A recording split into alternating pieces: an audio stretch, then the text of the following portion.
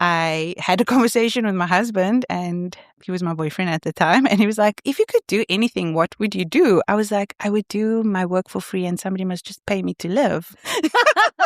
And he's the like, ultimate dream. ultimate, The like ultimate altruistic. Dream. That was the vision for my life. Hi, guys. Welcome to Response Able with Professor Nikki James. I mean, louder is better in my opinion. I think so. Because then we can yell. We can yell. I feel like I have a fake loud voice. Because if I actually screamed right now, I would be super loud.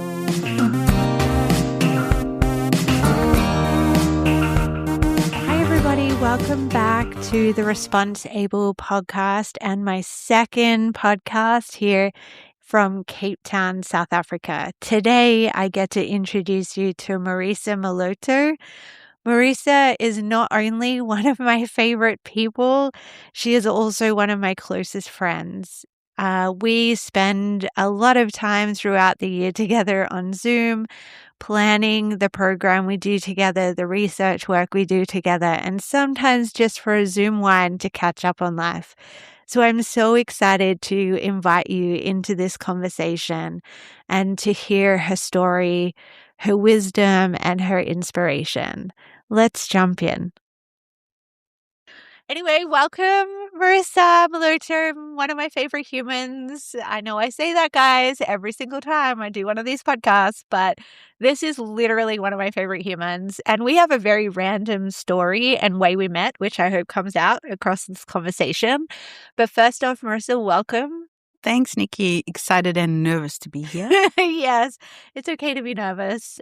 I still get nervous doing this, to be honest, because I don't really plan a lot because I want the conversation to be organic. So the very open question to start off that I like to start off with is, who are you? Who am I? That is a great question. I wear many hats. I am a leader, unconventional leader, because I don't see myself as a leader. I am a daughter, a sister, a wife, a mother. I used to call myself a mompreneur because I felt like navigating social entrepreneurship, but like as a lens, as a mom, was very unique. Other people would say a change maker. Yeah, I feel like social impact practitioner is the very practical description. I also identify as a pracademic, so not quite practitioner, not quite academic. But yeah, I just try to be, in Afrikaans, they say a lekker mens. So it just means a nice person. That's like my ultimate goal. How do you say that again? Lekker mens. Lekker mens. I knew lekker mean good. Yeah. Okay. So like a good human, basically. Being a good human. Yeah. I love that. Yeah. That's such a good vision for life. And the Afrikaans gives away where we are and where you're from. I'm from South Africa. So just as my many hats that I wear, I'm what would be considered technically a mixed race. So my name, even in my name and my home languages are very mixed. So my name is actually Marisa Moloto. My maiden name was Williams. It's strange because my dad was actually Afrikaans, but Williams is obviously an English surname. My mom also had an English surname, but the heritage, like even Marisa was out of Maurice, so it's a French name. Jan is out of Jan, which is a Dutch name. So it's, even if I didn't want to identify as mixed, it's really in my names. I'm married Sotho. My mom's family is English. My dad's family is Afrikaans. My husband's family is Sotho. So that's kind of the mixed masala. We call it a mixed masala, which is all these mixed spices together. So I identify as mixed race. But if you look at the historical background, I would be considered a Cape Coloured. That's what they would term mixed race back in apartheid's time. So some people identify as Cape Coloured. I would say mixed race, but other people also identify as previously classified as coloured. So I don't necessarily hold on to that as identity. Yeah, so I'm first and foremost human race, African, mixed race. That's how I identify. Amazing. And I think I would love to hear you tell the story of how we first met from your perspective. I feel like this is one of those relationships, power couple stories where the partners have different versions of the truth. Yeah, because I heard an addition to the story from Brent the other day, so I'm curious. Oh, I'd love to now- hear the story from your side. I'd love also to hear Brent's version of the truth, because Tabo's version of the truth is also different. So I feel like my first recollection is like, oh, somebody randomly drops me a DM in LinkedIn. And for other people, that would be weird. But if you know me, it's like that's one of my rabbit holes on LinkedIn. So people was like, that is such a strange social media platform to go to spend your time on. I was like, yeah, but I love reading about interesting I things. do too. I love it. Yeah. And so that makes sense how you crept into my DMs and you're like, hey, I've seen you online. People have spoken about some of the work that you're doing, keen to connect. And I was like, yeah, sure, let's connect. So you basically LinkedIn stalked me. Other people call it networking. And then, so I was in Cape Town. I had recently moved from Joburg to Cape Town. I was working in a startup, trying to establish systems for a startup associated to Hillsong Africa Foundation, where we were looking at building an innovation hub. So it's called iHub Africa currently. It's still going.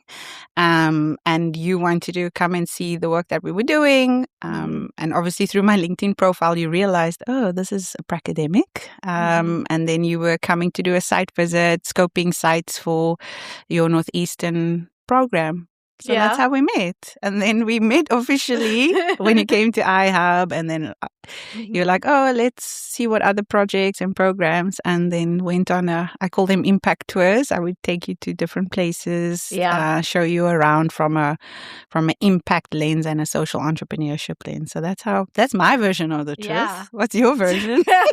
Well, that's very similar to my version. I knew I was coming to South Africa to scope out this program that I've now been running for the last 4 years. And I really wanted to meet some really cool people doing cool things. And the church that I am a part of had a campus down here, and I knew people would have connections. And so I was just looking on LinkedIn for people that I had mutual connections with that were doing cool stuff in Cape Town. That was really my criteria.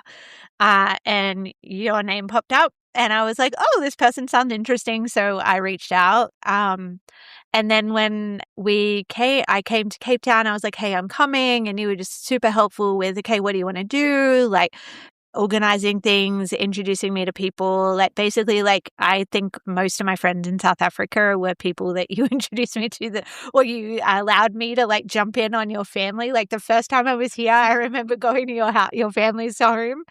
And we got a Gatsby. Twice. Yes. We got a Gatsby. That I ate with a knife and fork. I know my South African friends, especially Deputy Mayor Andrew, will be really disappointed about. But yes, I got a Gatsby, ate it with a knife and fork. I didn't know any better, guys. I also, that particular night, thought the samosas was the meal. So, you have to frame it. So we go to the Gatsby, which is a takeout spot, which is like dirty takeaway food, but it's like culturally appropriate because it was created in the suburb that we got it in. Yeah. So we had a masala steak Gatsby, but then we were standing in the line. So the tradition is when you're standing in the line, you eat a snack while you're there. Nikki and Mags is that tradition. Nikki and Mags thought that the samosas and the Cook Sisters, which is like a spicy donut, were the meal that we were eating standing in the line. But actually, those were the snacks. So then when we got the Gatsby, it was like, no, we're going to take this home and eat the Gatsby at home. I was like, I'm already full, guys. I think the knife and fork was to make me look like I was eating when I was like already full. But yes, the thing that I learned from Brent, shout out Brent, yesterday was that the first meeting that we had, he recalls you asking him to join because you didn't know if I was a real person. So his version of the truth is like, we're having a meeting. Just come for backup. Neutral third person. You a male, just in case it's somebody trying to steal me. That's funny. Brent, Genesis Travel Solutions, aka Nikki's security guard when I'm in town. No, not really, but acted as your security guard, and now we all work together Yeah. on this program, which is super amazing. So again, another amazing person that you introduced me to. My favorite memory of that trip was the winery. Oh. Where two things really. My birthday, the fact that everybody showed up for my birthday and completely blew me away.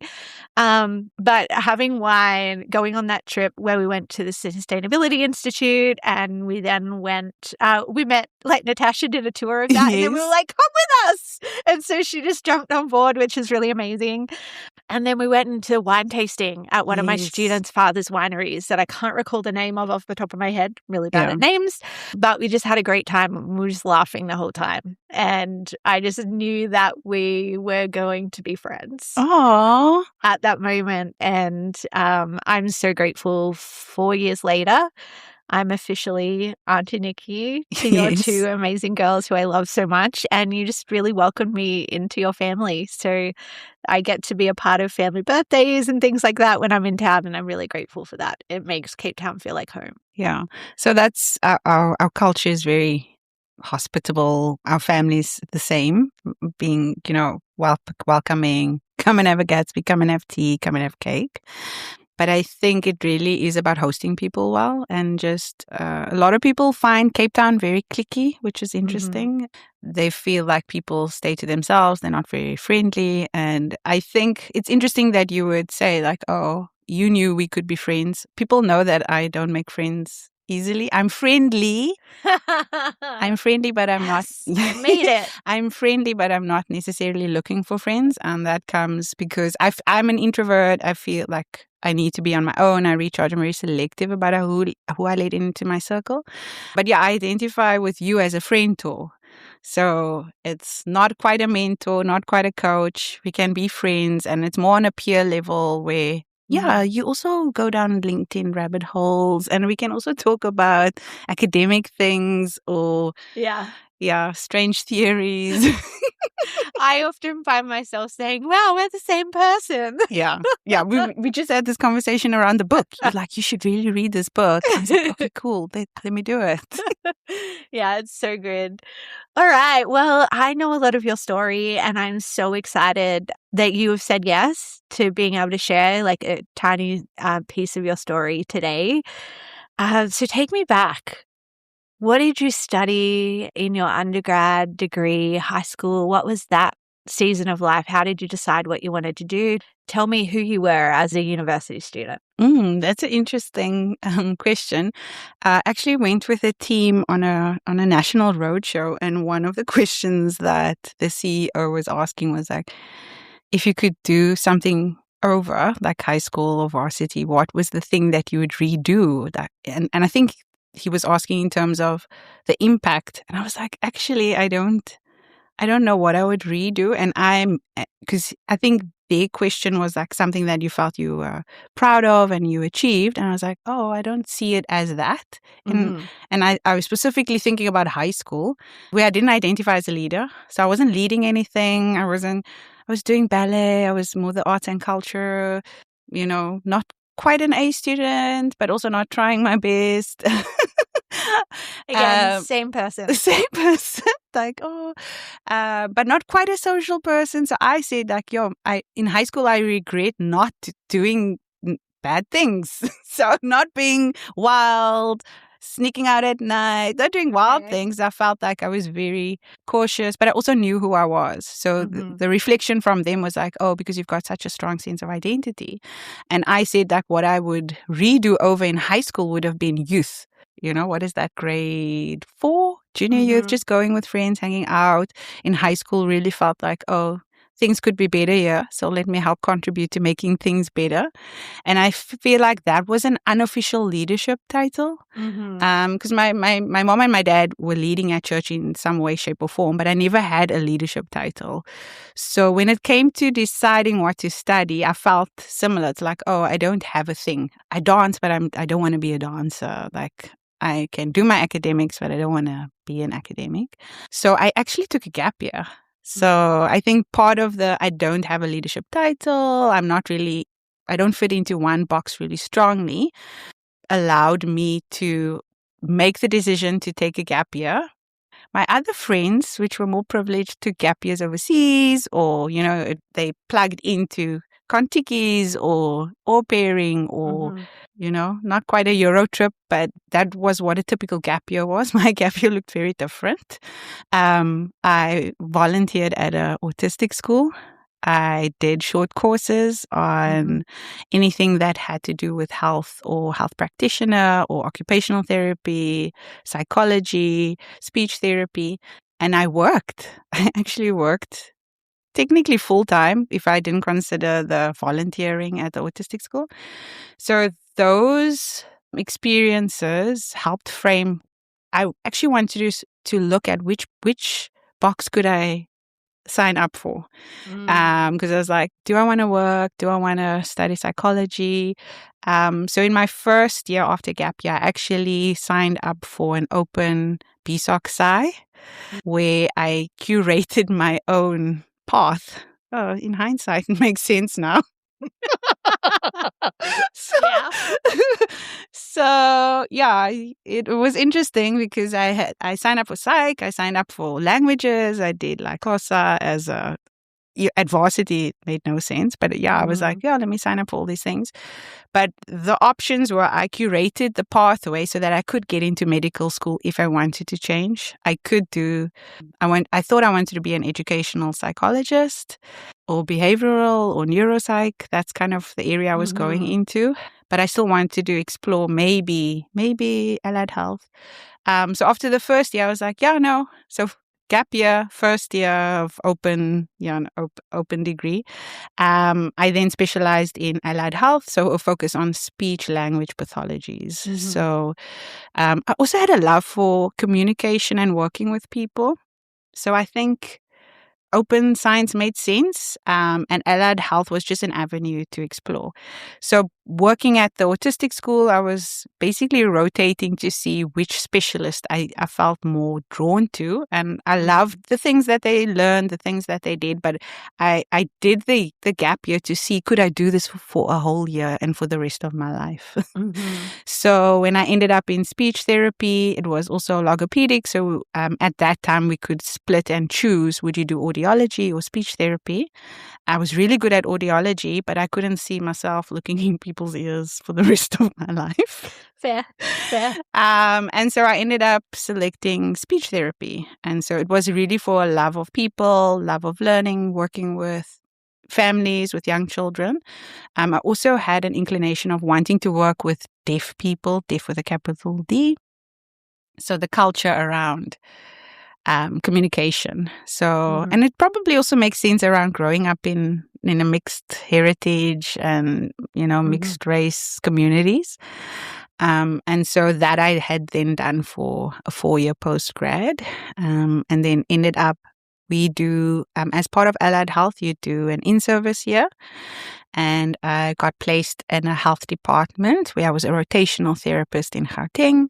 So working for the Department of Health and working in township clinics. Yeah, so would rotate to different townships and working in, technically it's called like a peri-urban, but rural south of Johannesburg, and rotating as a speech therapist. So that's how my journey started. Out of health, I was in public health, and then I decided, I don't think health is my box that I fit in. One, I didn't like hospitals. Makes sense. Yeah. I was also challenged by how our patients couldn't afford to travel to come and see us. We didn't have longevity with certain patients. They didn't see the value because obviously therapy is a long-term journey more than a short one. And then I made the jump into public education. So I moved back to Cape Town. I worked at a special needs school, specifically looking at a school setting that was more inclusive. The core target audience was cerebral palsy, learning difficulties, autism, those types of learners. And then I made the jump because the public education system didn't quite, I didn't feel like I fit nice and neat and tightly into that box. And then I moved back to Joburg and I went to work for a private clinic. So I worked for in private health and private education. So similar work to rotating, but I would rotate to clinics, rehab centers, private schools, private clients. So I would be the person coming into the school or into the therapy center or at home therapy. And that was my transition where I was like, oh, this feels comfortable. This feels like, I'm not doing the same thing every day. I get to reach my client. And I think where I got stuck in that little box was there were times where I never met a parent. So I was working with young kids, kids with disabilities. I would never meet a parent. I would meet a nanny. I would meet a granny. I would meet a driver. I would meet an au pair. And I was like, oh, this doesn't seem right for kind of the team approach or the family approach. And also a lot of our clients couldn't afford the service. So obviously I was working in public, navigated the public health system, public education system, all the barriers and challenges there. Thought, oh, if you go into the private sector, you don't have to struggle with budgets or struggle with time cost matters, and found different challenges in that sector. So my transition out of varsity to first kind of work experiences in public service into the private sector, I realized I didn't fit into one box. So that was kind of the natural progression, into where I am now. Yeah, I think my next question that you just answered was, did you find your box or did you learn that you don't fit into a box through that process? Yeah, so I think what made me anxious was similar to when I had to decide on a degree. I was like, oh, everybody knows what they want to do and they're thriving at it. They already knew at high school, some of them junior school. When I got out of varsity into the world of work, I felt like, oh, surely this can't be it. Surely this is not why we study so long. This is not how we build businesses. This is not how we build impact. And so being frustrated by the system, I realized that actually maybe my super gift is to be able to fit into different boxes. So, one of the check-ins we do when we're doing innovation is like, oh, what's your superpower? And so I think your comment earlier about, oh, you connected me to so many people, that I realize now is my superpower. I can make connections. I can see patterns. I can connect dots for people, for businesses, for organizations. And I realized in that trajectory of changing boxes every time that actually I can play an intermediary role. So I help connect the boxes. I help create maps, I create systems, or I can see things that other people can't. And so how the jump went out of full-time practicing into kind of consulting was, I had a conversation with my husband, and he was my boyfriend at the time, and he was like, if you could do anything, what would you do? I was like, I would do my work for free and somebody must just pay me to live. And he's the like, ultimate dream. The ultimate, like altruistic. Dream. That was the vision for my life. And he's like, okay, and then how are you going to get there? So those were really his prompts when we were dating, was like, if you could have any job, what would it be and how are you going to get there? And I was like, oh, okay, let me think about it, because I didn't want to open up my own practice. I didn't want to work in public. I didn't want to stay in private as a practitioner. And so what happened was I was volunteering at church and they made me an offer. They're like, oh, why don't you come and do those things for the community, for designing programs, facilitating programs. You can do therapy, but it would be play therapy, family therapy, almost like a pastoral care, but using the therapy and curating change experiences. So I then joined full-time ministry, but in the capacity of I was still kind of working Monday to Friday, setting up programs, facilitating training or designing courses for outreach purposes, or for collective healing purposes. And in that time, Tao and I got married. We were having our first baby. And then I was like, oh, I'm going to have so much time on maternity leave. I better sign up for a course. That was my thinking. as new moms do. Overly ambitious. Overly ambitious. So there were two things that I did. I bought an adult coloring in book. That's when it became trendy. And I signed up for an online course. Mind you, never finished the coloring in book. Finished the course. I finished the online course. So in that time, it was literally while I was pregnant, did this online course through Birth Center, absolutely fell in love with the topic of becoming a change maker, and then decided this is the box that I fit in. This is the box that... So you found your box. I found my box through an online learning platform that was open source. And so Birth Center had this partnership with R Labs, and R Labs was ultimately the case study with Marlon Parker co-facilitating the program. And then I was like, this is the thing that I want to do. So I felt like any kind of practitioner. I was like, oh, I need to learn more before I can go into the field. So I signed up social entrepreneurship program at Gibbs. The University of Pretoria was hosting that course. And after the first month, it was a 4-module kind of part-time. After the first month of attending the classes, I resigned and I was like, yeah, this is what I'm going to do. I'm just going to jump in, dive in. And so what ended up happening was I was consulting for free in any case. So again, that I want to work for free and somebody must just pay for my life. That ended up not happening again because I would just work for free and then just like, oh, no, you don't have to pay me. I'll just live off love and fresh air. And then, people actually telling me, well, people will pay you to do this. I was like, really? Who would do that?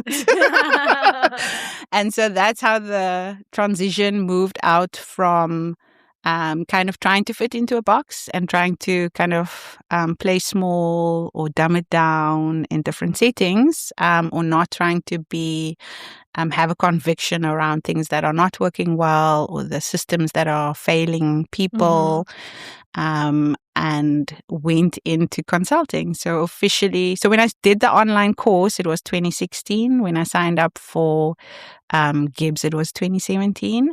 And I officially registered Lefika Foundation in 2018. And that's when I then decided, I was going to sign up for a master's in inclusive innovation. Yeah, so that's so good. And Lefika Foundation was born at that point. You found your box, which was really creating your own box, because at that point, I feel like social innovation was something that people were still trying to find the walls on, right? They're still trying to work out, what is this thing? How does it work?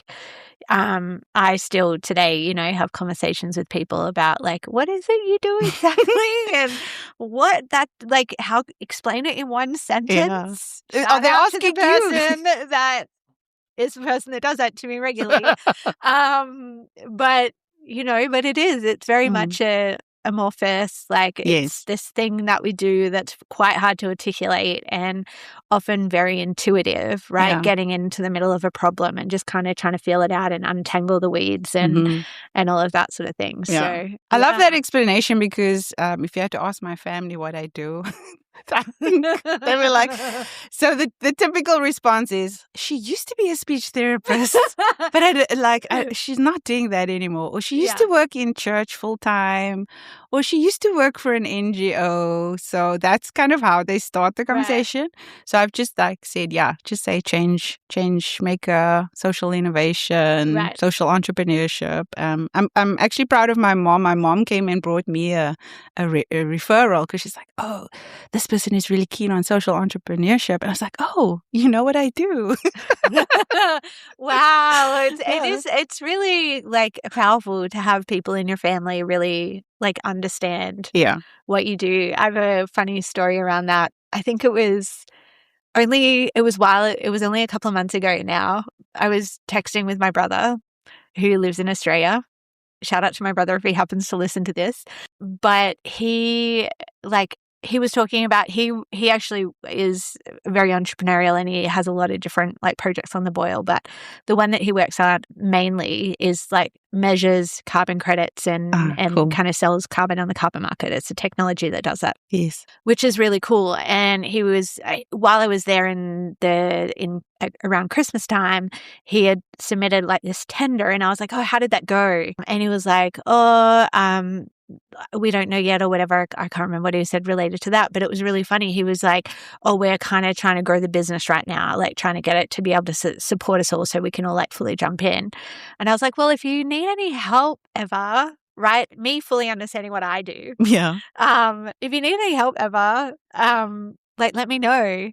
And he goes, okay. And it was really vague, very kind, but very vague. And I went, you do know what I do, right? And he goes, well, yeah, you teach. And I go, but do you know what I teach?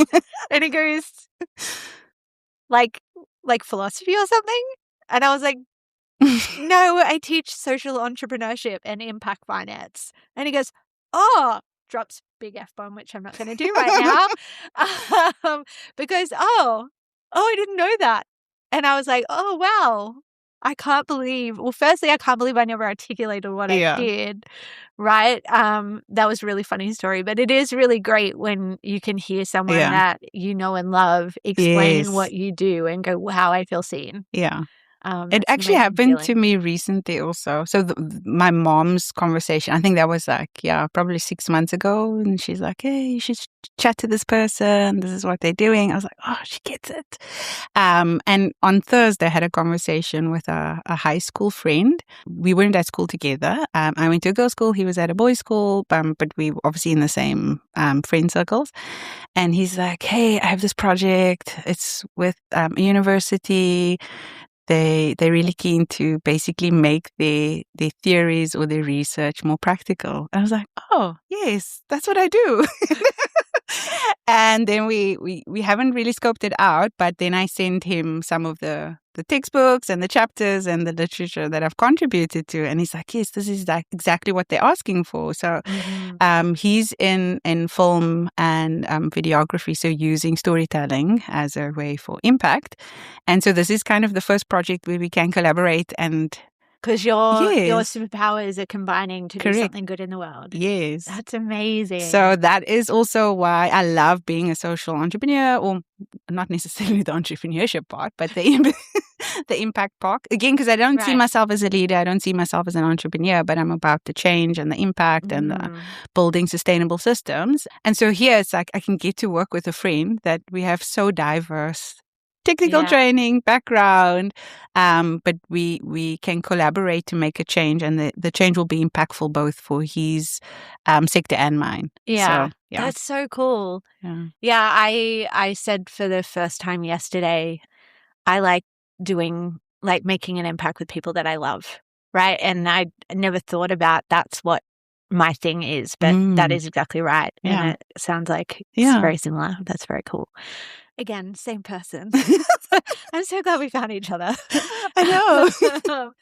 Okay, so, oh my gosh, so many things. But what are some of the lessons that you've learned along the way, either through failure or self-discovery or things that are coming to mind that kind of helped you take the next steps in your journey? Because as you said, entrepreneurship, although you are a social entrepreneur yourself because you run and lead your own business, that's kind of like to enable the work. Correct. As opposed to I want to be an entrepreneur to say I'm an entrepreneur and like build an empire or something like that. So what are some of the lessons and challenges you've learned along the way through that process? I'm thinking of that time when I resigned. I was like, that might not have been wise, but I think the conviction for like, hey, this is the box I want to be in. I think something that I had to overcome was not labeling myself or not having others label me. So part of it, like, again, why are you taking a gap year? Why are you studying allied health? Why are you not opening a practice? Why are you jumping from health to education? Why are you jumping from education or public to private? Why are you jumping from private to consulting? Those were limiting beliefs that I had about myself and also what my peers and family were telling me. So peers, even in the sector, whichever sector I was working in, it's like, this is a trajectory. If you stay here, you'll become this. And I was like, oh, but what I'm doing now is not fulfilling the personal inspiration, personal motivation. It's not satisfying this is my destiny. I didn't feel like that was the path for me. So not limiting myself by my own thinking. Again, I'm not an entrepreneur. I'm not I can't do this out of the box, forging your path, being a pioneer. I still struggle with that. But then also not letting people's advice or words over me limit me as well. So I think that was kind of a personal journey I had to go on. And I think the resigning in that first year of studies was because if I don't jump now, I know I'm going to be influenced either by my peers that I was currently working in or around my needing to feel secure in a role, in a title. So, people speak about imposter syndrome. It was almost like I had to stay in a role so that I could feel confident. And I realized that actually, I was never going to feel confident if there were things that were bothering me around the system, around market failure, around people selling impact or people selling poverty, where I had to make peace with myself that I am this person. This is how I was designed. This is what my holy discontent is, or my conviction is. So navigating that personal journey, and then also creating the boundaries that people can say things, but I'm not asking for your advice. So I think that's where the friend tours journey came out as well, because my friend and I were trying to forge these career pathways for ourselves, and we're like, oh, nobody wanted to mentor us, or the mentors that were there. I didn't aspire to that lifestyle that maybe was role modeled for young females, young Black females, females in entrepreneurship. That was not a lifestyle or a full package that I wanted to opt in for.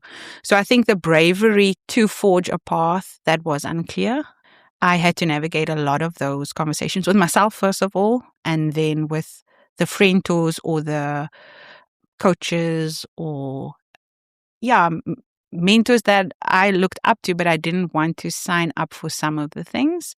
So navigating the being at peace with decisions that are just for you or just for your sector, or square pegs in the round holes and things that doesn't make sense, and actually realize that you designed for that. You designed for the space of pioneering. You designed for the space of not yet seen or not yet thought or fathomed, and being okay with that.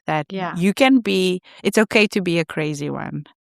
It's okay to be a dreamer. It's okay to be somebody that doesn't prescribe. And when I say like, oh, that's not what the life or the lifestyle I want for myself, being okay with people's response to that. It's like, why wouldn't you want to be a private practice owner? Why wouldn't you want to be a director in government? So navigating that, their disappointment in my path is their thing and not mine. So I felt like that was that was the internal struggle that was the most challenging for me, because you tend to have like that people pleaser, or you want to make a good impression around your work or your career. And if you had to look on my LinkedIn, like that's why I'm surprised, like, oh, you're doing great things. Like other people looked at the LinkedIn and see like, oh, she's done all these things. It's not like a normal pathway. It wouldn't make sense. Yeah, it didn't make sense. It doesn't seem as a subject matter expert. You're not quite an academic. You're not quite a practitioner. And then also I think navigating those hats or the personas or the roles, it's like being okay to be a pracademic. I'm not a practitioner. I'm not an academic. I'm an intermediary. I consult to the broken system, and being okay to identify where people want to be subject matter experts, and knowing that you fit in the blurred lines in between, or creating your own dot-to-dot map. Yeah. I think that took a long journey to trust myself in forging a pioneering path, and also feeling okay that I don't like being a pioneer. I don't enjoy it because there's a lot of pushback. There's a lot of, creating the path is not always easy versus following a path that is set out for you. Right. So, yeah. So there's an element of discomfort with the role, even though you know that it's fully who you were designed to be. Correct. Wow. And that's knowing, really powerful to know that and be able to sit with that and be okay with that. I mean, there's been lots of tears. Lots of Tears are a part of life. tears. Tears are a part Yeah, of life. lots of navigating, like disappointment as well. Like, oh, when somebody gives you advice or saying you're doing something stupid, like navigating that somebody sees that as a failure for you, but you don't see it. It's like, I just feel in my gut that this is the path I have to take, or I have to say no to this work. Or even like being an entrepreneur and saying no to work that you know it's going to give you money, but maybe you're not in alignment with the values, the ethics, and what people are selling around your work. Right.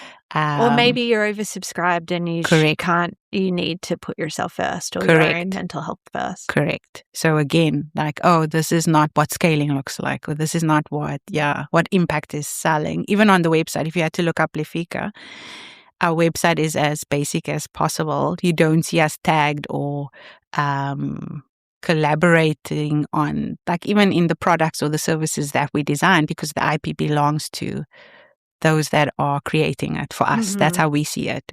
So even navigating like, oh, you should do this, you should do that. This is what marketing, PR, brand, blah, blah, blah. And I was like, oh, but for me, it's not about that. I know that the things that I'm building or contributing to, for me, as long as it's working, it's making impact. I don't have to have the shine. I don't have to have the glory, because that's not why I'm doing the work. Right. So, yeah. That's so cool. I love that. And where, I guess, what are you working on now? Are you going somewhere or working towards something? Are you going deeper and enriching what you're doing? Like, if you can look out to the next 5 years or so, how does that look different to where you are right now? I think originally when I started Lefika, I was like, yeah, it's going to be consulting. So it's basically, if we had to think of business consulting, but for the social impact sector, that's what I thought it was going to be. And now it's funny. I feel like my unofficial title is, again, I see my superpower is connecting people, but I feel like my unofficial title is encourager of encouragers. So I feel like that's the space that I'm wanting to play in, where I'm trying to grow or support. People call it an ecosystem support organization, but I feel like nurturing and growing and creating safe spaces for leaders to thrive, or people that don't yet identify as a leader or don't yet identify as a social impact entrepreneur. That's the space I'm trying to create, that also doesn't look like another incubator, doesn't look like another academy, doesn't look like another leaders retreat, where I feel like intentionally investing into human flourishing. I feel like that's the space that I'm going to be digging a little bit deeper into. And then success also doesn't look like big numbers, where success could be somebody took a brave step for the next. So I'm thinking of somebody taking up a role that they wouldn't have,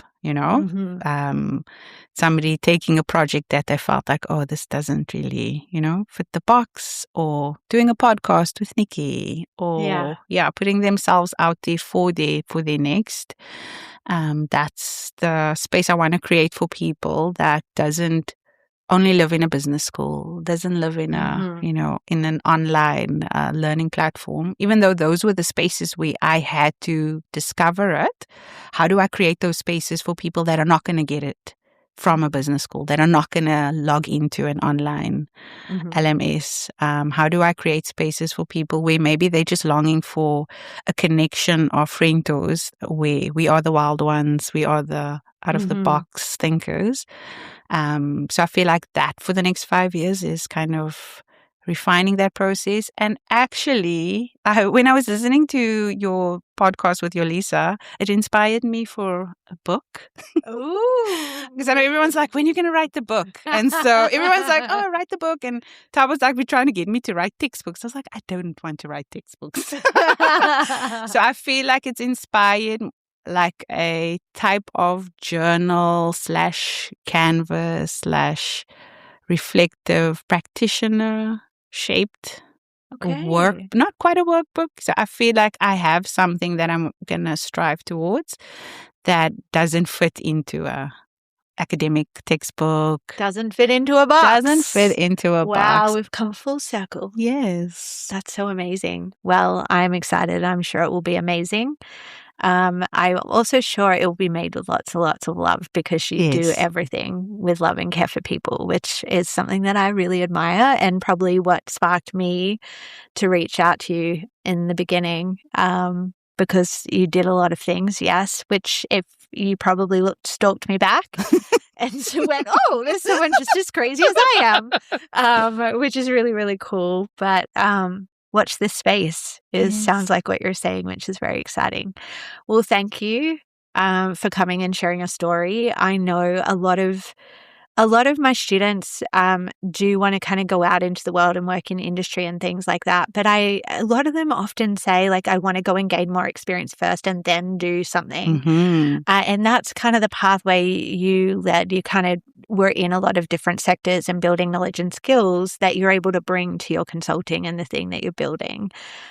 So your pathway pioneering and pathway blazing, I think, creates like someone to go, oh, that thing that I'm thinking that my life is going to look like, that's kind of what you've done, which I think is really powerful. So thank you for sharing and being open. And I hope that it wasn't as awful as your nerves were making out to be. And I'm really excited to continue to work together and collaborate on the things we do. And yeah, just thank you for being what did you call it? Frientor to me as well. Yeah, thanks to you too. I've enjoyed the wild adventures with you, and I'm looking forward to a few more wild ones. Let's make them even wilder. But yeah, I think, thank you for allowing a Frientor space to also make me a little bit more brave, whether in my personal, in my professional, in my family life. I've enjoyed the stretching and the human flourishing that we've contributed to each other. Yeah, amazing. All right. Thanks so much. I hope you all enjoyed that conversation and learnt from some of the stories that we share and Marisa's amazing wisdom. I think one of the things that I would encourage people with the most from that story is don't be shy about reaching out and connecting with people, even on the other side of the world, or someone that you see their work and you're inspired by, because you never know what is going to happen. So Marisa and I met each other 5 years ago on LinkedIn, as you heard in the conversation, but she is now a collaborator and a friend and someone that I couldn't imagine not in my life. So if there's somebody that inspires you or someone that is doing similar work to you that you would love to collaborate with, I encourage you to jump on LinkedIn or Instagram or whatever and reach out. You never know what could happen on the other side of that. Thanks so much for listening, and I'll see you next week.